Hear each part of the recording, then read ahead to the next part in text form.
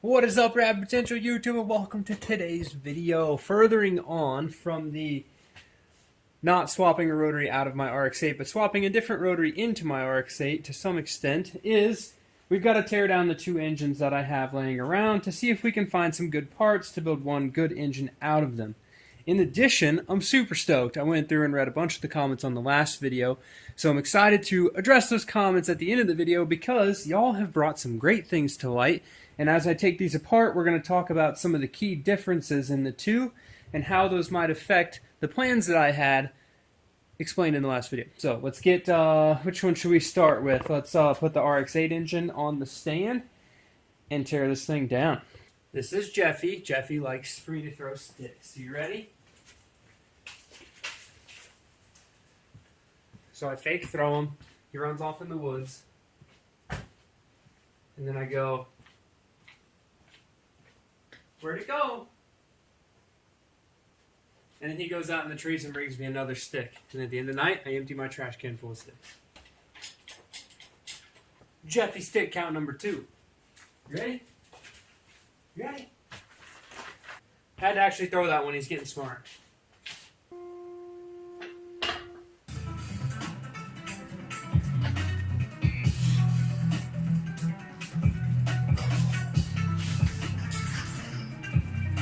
That's always a pain.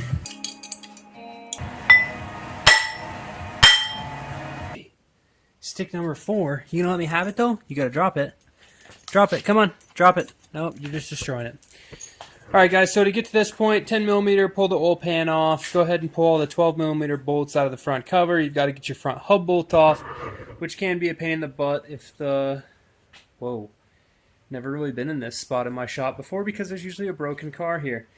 Anyways, if you can't get this off, you need some sort of a flywheel brake and a super long breaker bar. To get the flywheel off, go ahead and pop that big nut off. It's a 54mm or a 2 1/8.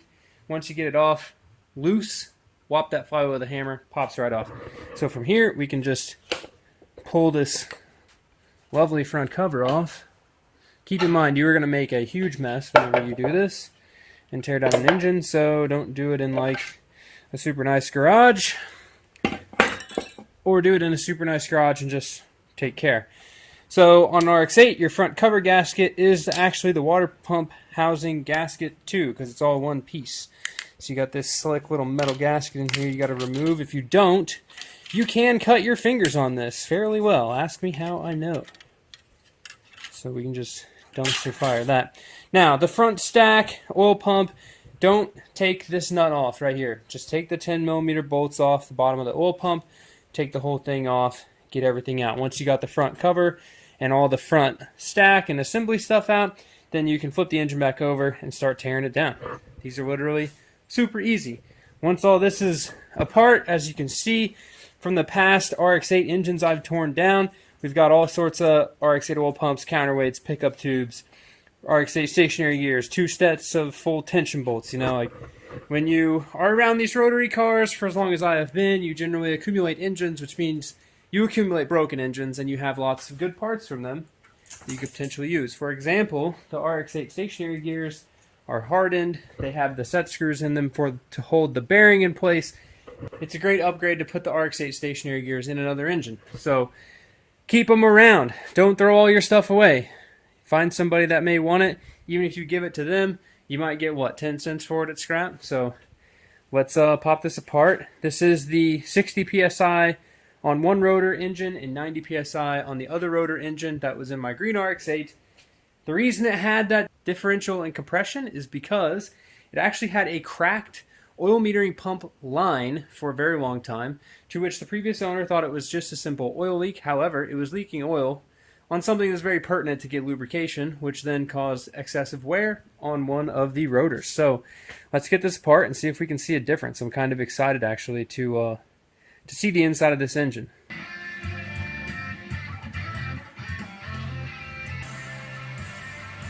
Stick number 5. Mute. Alright. Looking at rotor number 2 here. So this is the rear rotor.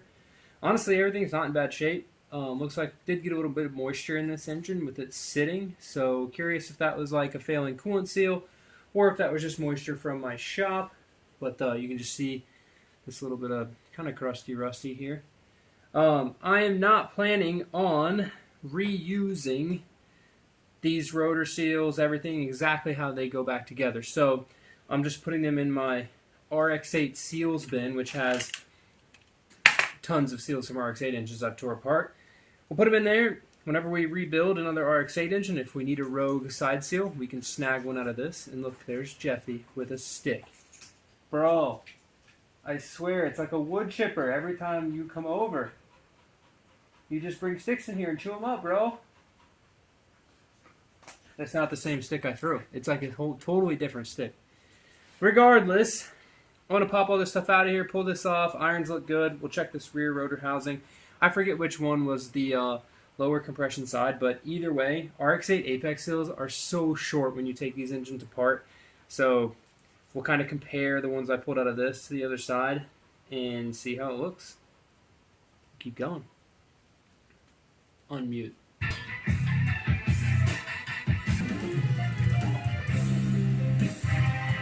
Found our first broken part inside the engine. A lovely cracked corner seal, which is honestly fairly common in these RX8 engines. They have a lot of heat trapped in the side tips of the rotor because of the side exit exhaust ports. So, which is kind of an interesting topic we're going to talk about here in a little bit when we go about putting this engine back together and maybe considering using different rotors. The other rotors have smaller side seals. I don't know if there's a risk there, considering that the peripheral exhaust port is there as well, so the heat shouldn't be as concentrated into the sides, but I don't know. We'll think on it. You think on it while I tear this down, and we'll tear the other GSLC engine down here in a second. Voila, we now have another engine on the engine stand, and the RX8 engine is laying here, to which we will assess its condition, but it looks very promising. Let's take a stick tally for Jeffy. What is that? 7, 8, 9, 9.5, and a really focused, ready for me to throw any 3 of these before we start tearing this down. You ready for an adventure, Jeffy? A little 3-in-1. You can just hear both dogs rip off. So let's go through a few of the differences here between like your GSLC 6-port engine and an RX8 6-port engine. You know, they're both 6 ports, they're both 13Bs, but what's different about them? Main thing is, on a GSLC, much smaller ports. Irons are very different in this area as far as the intake. You still have injectors down here in the primary location. Notice only 1 oil injector per housing on a GSLC. There's 2 oil injectors per housing on an RX8. The water pump housing, which is this big thing I'm pulling off here, is actually separate from the front cover. It's got a mechanical oil metering pump, not an electric one. And then you have your peripheral exhaust ports here, which is really what we're looking to get out of this engine for the hybrid engine. So the same process as Jeffy destroys a stick behind me. Same process to tear this thing down as it is to tear down the RX8 engine. Basically the exact same. We're going to pop the flywheel nut. We're going to pop this front nut off. This engine does look unopened original from Mazda. So that's kind of cool to open up something that's been put together since 1984 or 1985. And I'm excited to see the inside of this thing. It's always turned over. It's never been locked up. It just came out of a parts car, and we'll see if it's worth its weight in gold, so to speak. It's got a mint clutch on it, so either it had a clutch replaced or whoever owned this thing knew how to drive a manual and never burnt that thing up. Jeffy, dude, I can't throw that stick, bro. Can you go find me a bigger stick? Go find me a bigger stick. You gonna take that one with you? Souvenir? You gonna keep it? You're gonna mulch it on my floor? Okay. Go find another stick, Jeffy. I can't throw that. Let's get this thing apart. It's a good thing we got the dogs around to keep us distracted. So, ready to pop this apart. And up until now, I don't think I've taken apart a cleaner, better looking engine. So, maybe it isn't original Mazda, but it looks like it. It doesn't have any paint on it. All this stuff is super clean. I'm pretty sure this came out of like an unmolested original GSLC. So, let's pop this rear iron off and see what the condition of this deal is on the inside. Oh, baby. Looking mint.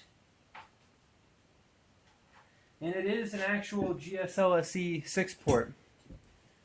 Something to keep in mind with these GSLSE engines, especially modified cars, is a GSLSE 6-port, an S4 FC 6-port, an S5 FC 6-port. All of those will accept the same intake manifold.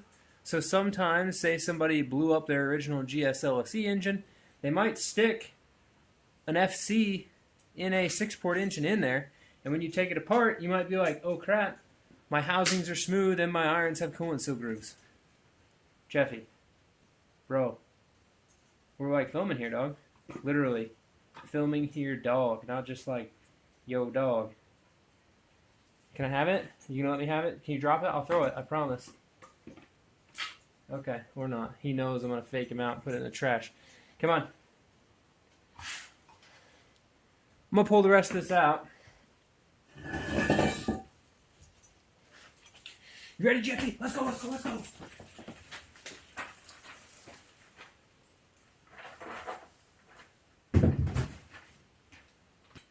The other fun fact is GSL-SE engines are actually 3mm apex seals.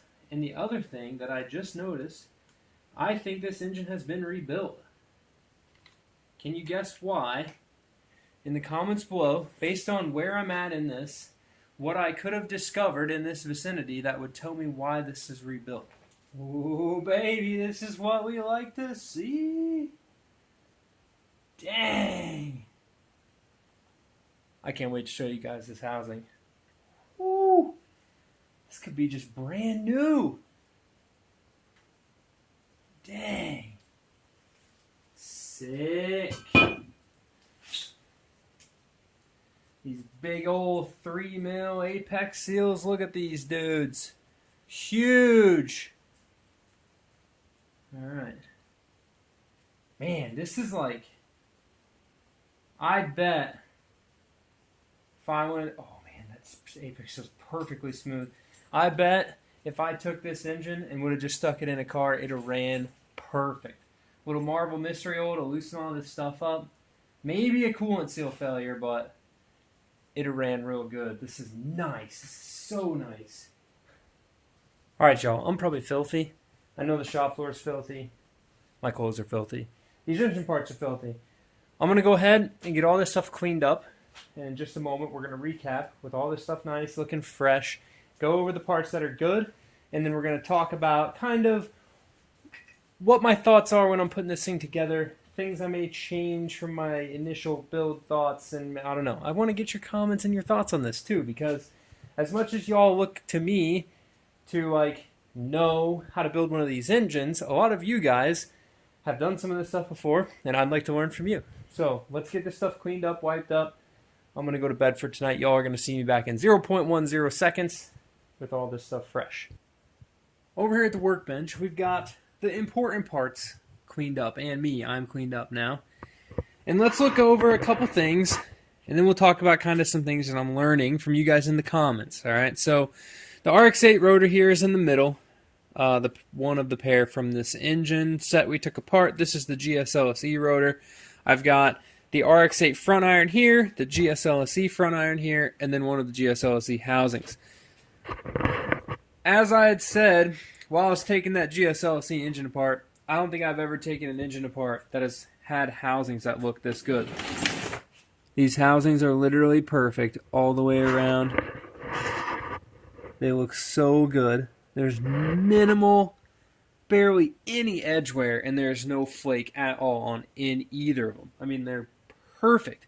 It has to be that this engine was rebuilt and put in this car, and then it like never got driven, or it just got, you know, like I said, never got driven. It got parked. I mean, look how clean the coolant passageways are on this GSLSE housing.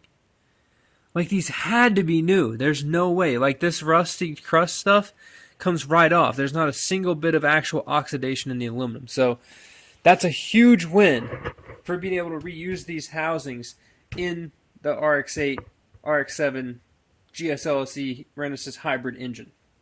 Now, my main concern from the last video to now, thoughts that have changed. My plan is still the same. GSLC housings, Renesas irons. And a lot of people have messaged me and in my rotary friend people like, why don't you just put an REW in that thing? Don't even mess with the Renesas and whatnot. But the hard part with, going REW is that I not only have to change and basically build a whole new engine, right, is that I also have to do new intake manifolds. I got to get a different clutch. I've got to get a bunch of different stuff. Not that, I guess the clutch is a bad example. I've got to find a different counterweight so I can run my RX8 clutch on the back, etc. I have to build engine mounts, all of that. Now, with just doing the Renesas hybrid, okay, all I have to literally build is a header, like a turbo manifold, right? Intercooler pipe, which I have to do anyways.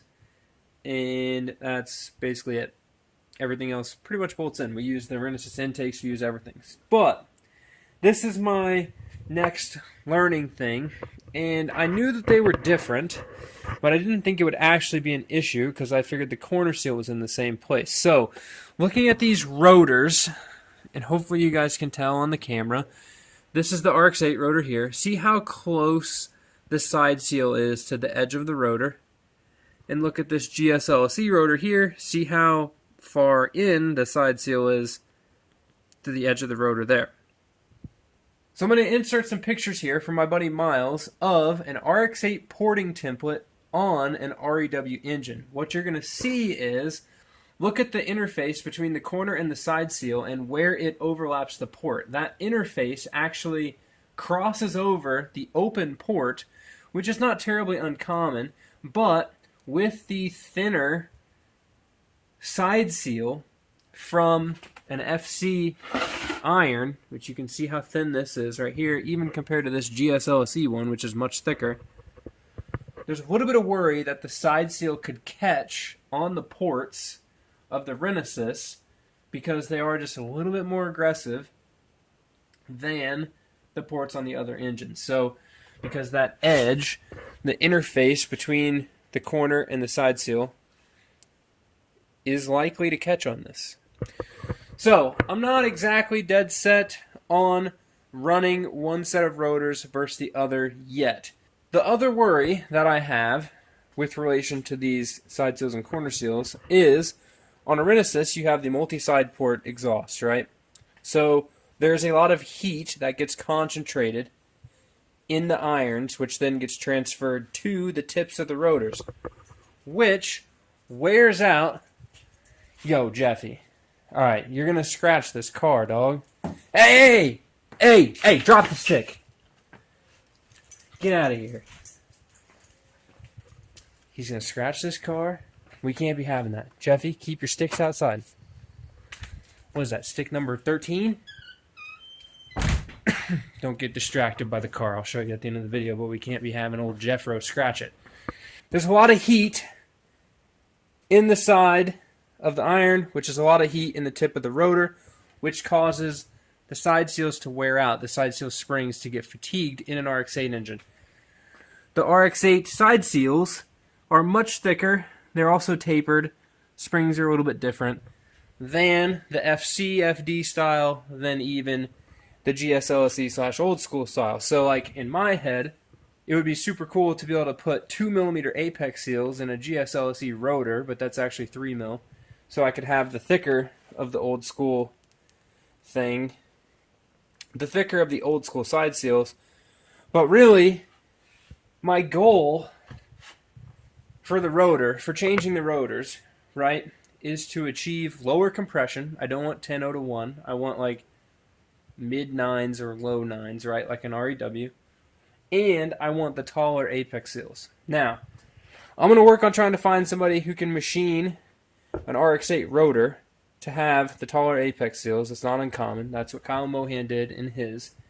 In addition, I don't know, there's really just not enough room on the face of this rotor to do a face cut on here. What a face cut is where you take and you flatten this section of the rotor out in the middle, okay, which what that actually does is at high RPM, the face of this rotor can contact the side of the housing, okay? High RPM, high boost. You can smack, you know, the side that this is sitting on, basically, will smack into the side of the housing. But that face cut is also going to reduce my compression. Now, I don't know by how much. So for me, it would be send them off, have it done, bring them back. We'll do some cool Archimedes buoyancy principle stuff to figure out the volume that we actually removed, the volume of material.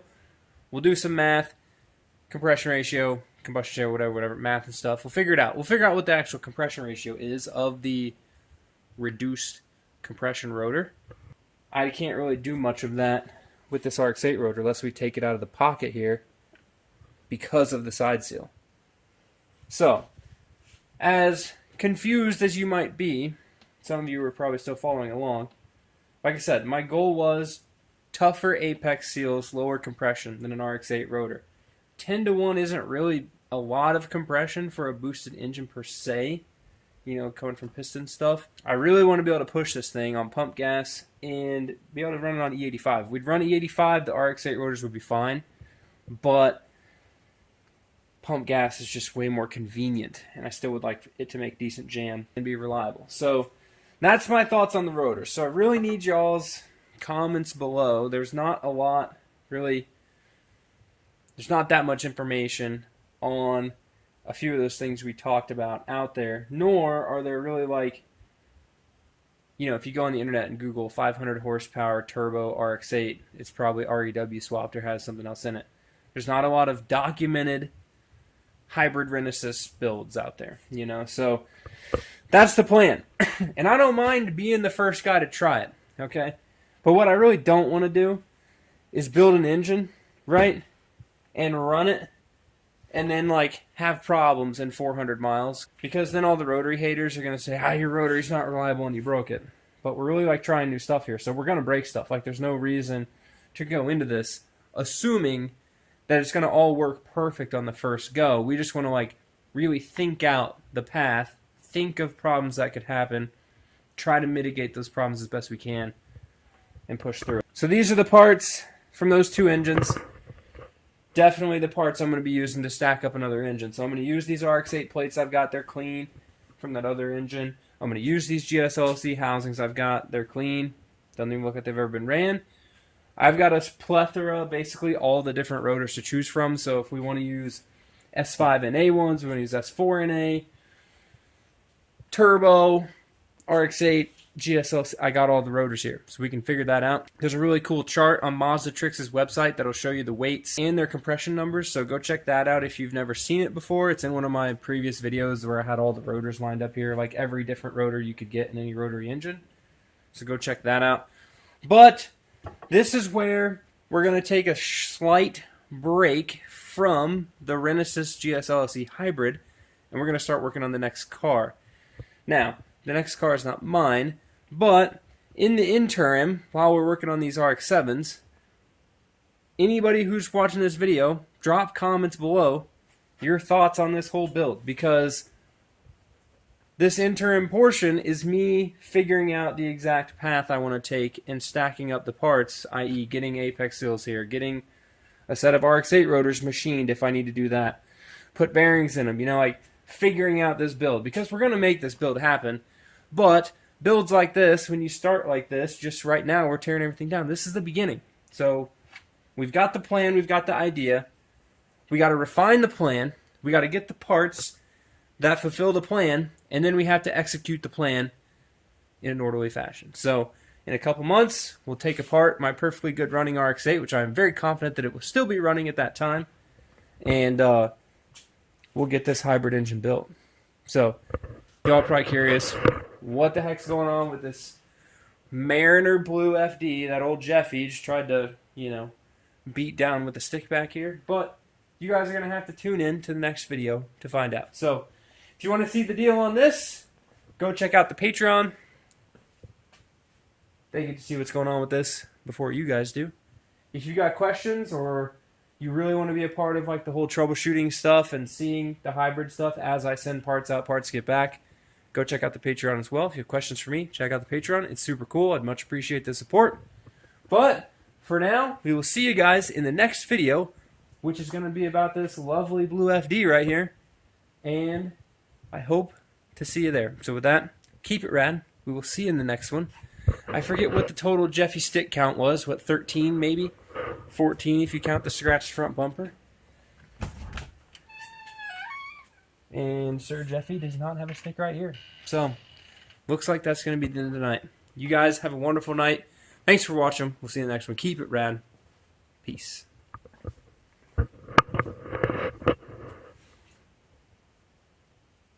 Y'all missing out. This thing's cool. Mariner blue, full color change. Haltech Elite 2500 IC7 dash.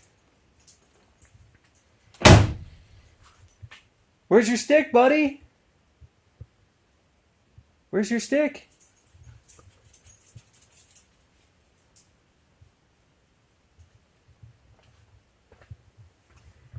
We're going to stand over here.